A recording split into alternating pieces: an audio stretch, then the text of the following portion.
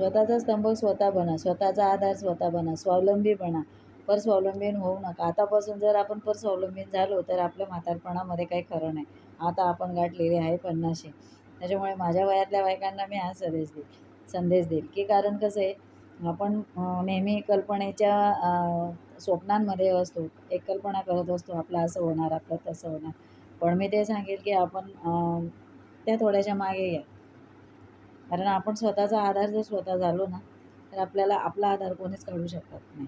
कारण ज्यावेळेला आपण आधाराच्या भावनेवरती जगत असतो आणि अचानक आपल्या हातातून आधार निसटून जातो, त्यावेळेला त्या दुःखद वेदना खूप त्रासदायक ठरतात.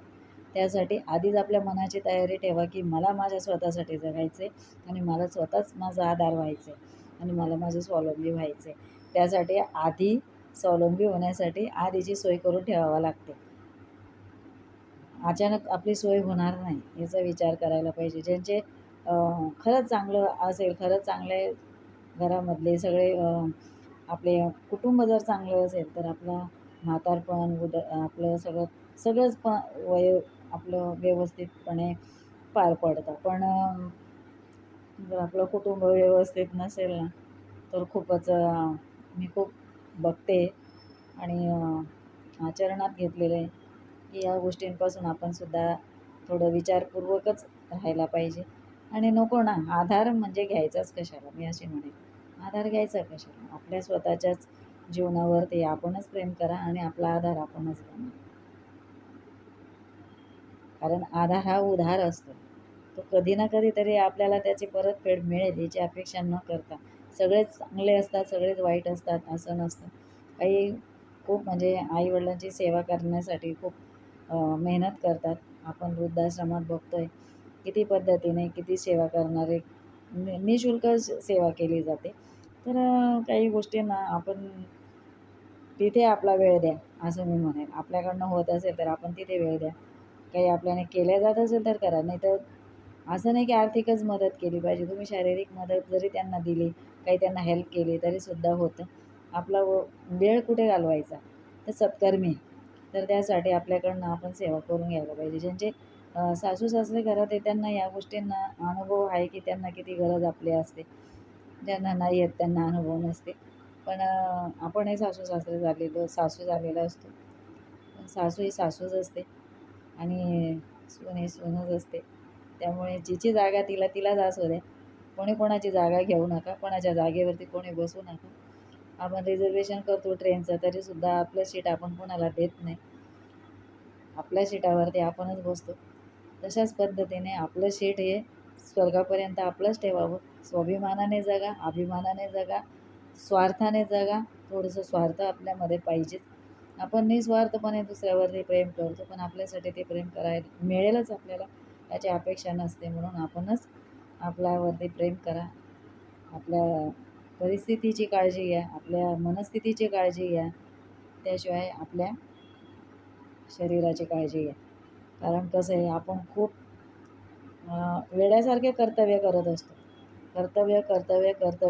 कर्तव्याच्या नावाखाली भरपूर काही आपल्याकडनं वेगळ्या पद्धतीने आपला समावेश केला जातो.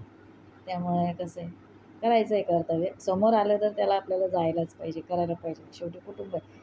पण काही गोष्टी आपल्यासाठी जगता आल्या पाहिजे.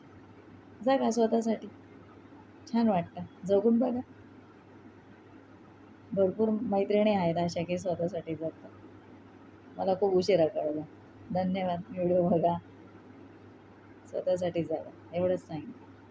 खूप वाईट परिस्थिती आहे. आपला आनंद आपणच घ्या. दुसऱ्यांकडून अपेक्षा करू नका. भरपूर फॅमिलीमध्ये आनंद दिला जातो की ह्या मूर्त्या जर गेल्या तर परत मिळणार नाही. या भावनेने मुलं, सुना, मुली, आपला परिवार असतो तो जगतो. एकमेकांसाठी एकमेकाचा आधार हा हवाच असतो. पण कोणाकोणाला नसतो आधाराची गरज. काय गरज नाही, आपल्या आधारावर जगा. पण नाही. कारण आई-वडील हे एकदा गेले का ते परत मिळत नसतात. त्यावर डिपेंड पण आहे कसे आहेत त्याच्यावरती पण आहे. म्हणणार नाही असं. पण जन्म देणारी कधी आपल्या मुलांना सोडत नसते. म्हण आहे, घोड्यावरचा बाप गेला तरी आई चुलीजवळ असते. कधीच आपल्या पाखरांना सोडत नाही ना उपाशी ठेवत नाही.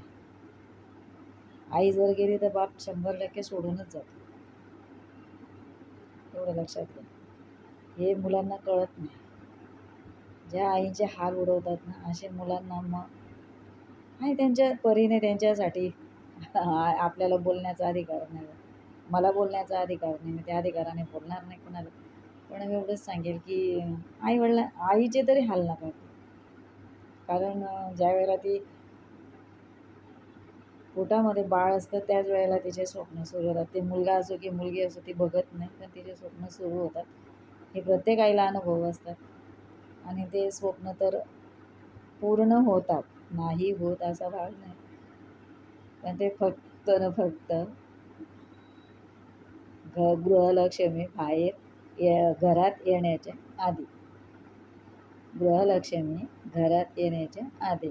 एक वेळ गृहलक्ष्मी घरात आली, गृहप्रवेश झाला का मग आईचा प्रवेश आपण बाहेर करतो. ती गोष्ट करू नका. आईला वंचित करू नका. ती काही कोणतीही आई आज कुत्रं मांजरं फिरलं हे सुद्धा कधी आई मुलांचं वाईट करत नाही. तर ती जन्म दिलेला हाडामासाचं आपलं हृदयातून तिने केलेलं असतं. नाळ कापतात आधी मुलाला श्वास. जोपर्यंत त्याचा श्वास व्यवस्थितपणे चालत नाही तोपर्यंत आईचं नाळ मुलापासून कापलं जात नाही.